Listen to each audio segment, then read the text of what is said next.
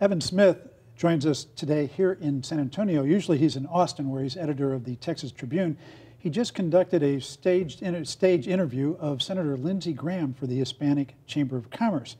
And it was an interesting interview, but this isn't the only place we've got immigration stuff going on. No, there's immigration stuff going on every place, especially in a week following a week in which the census numbers revealed that the Hispanic majority is coming at a very fast clip. And so there are many bills that have been filed by members of the legislature dealing with immigration, different aspects of it, and they tend to be more hardline, one after another, more hardline than the one before, more hardline than the one before. We've got Arizona-style bills. Right, that's like almost the most liberal bill that's been filed. What else?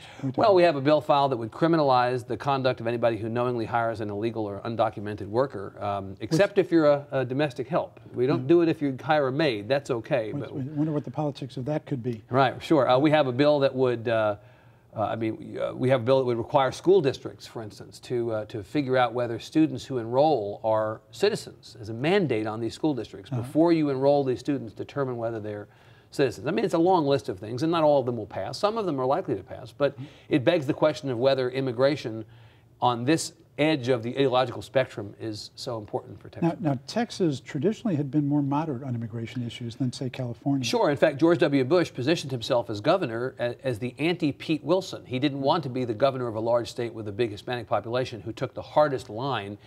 Pete Wilson in California basically turned over control of the political and policy apparatus to Democrats for having held the line in California. And George Bush has been much more friendly and much more moderate in a sort of small M way on the issue.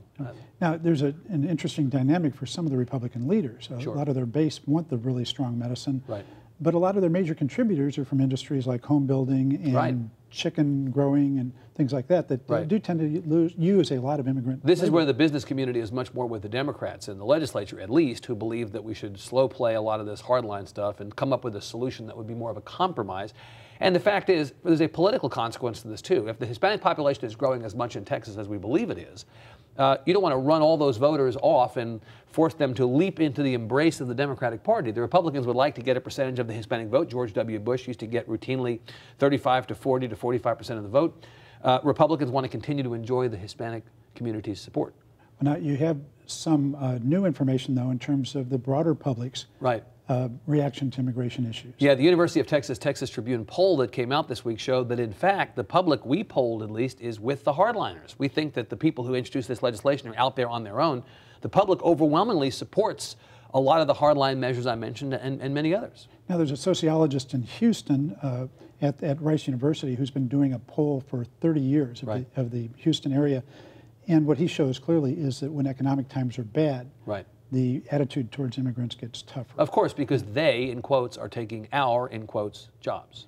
Never mind whether those jobs would in fact be taken by people who we know, but there's an assumption that those guys being here, they're taking our jobs. It's not right. Right. Real quickly, your polling had one other interesting thing. We're all against taxes. We knew that. It's Texas. What else did you learn? We also learned that nobody wants to cut anything. Everybody wants to cut spending, but nobody wants to cut particular programs when you ask them about it. It's the old country music lyric, Rick. Everybody wants to go to heaven. Nobody wants to die. They all want the benefits of cutting, but they don't want to have their things cut. Well, that's the thing about country music, is it's eternal verities. I guess it is. Evan Smith, Texas Tribune, thank you very much. Thank you, Rick.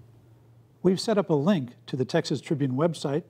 Just go to klrn.org/TexasWeek.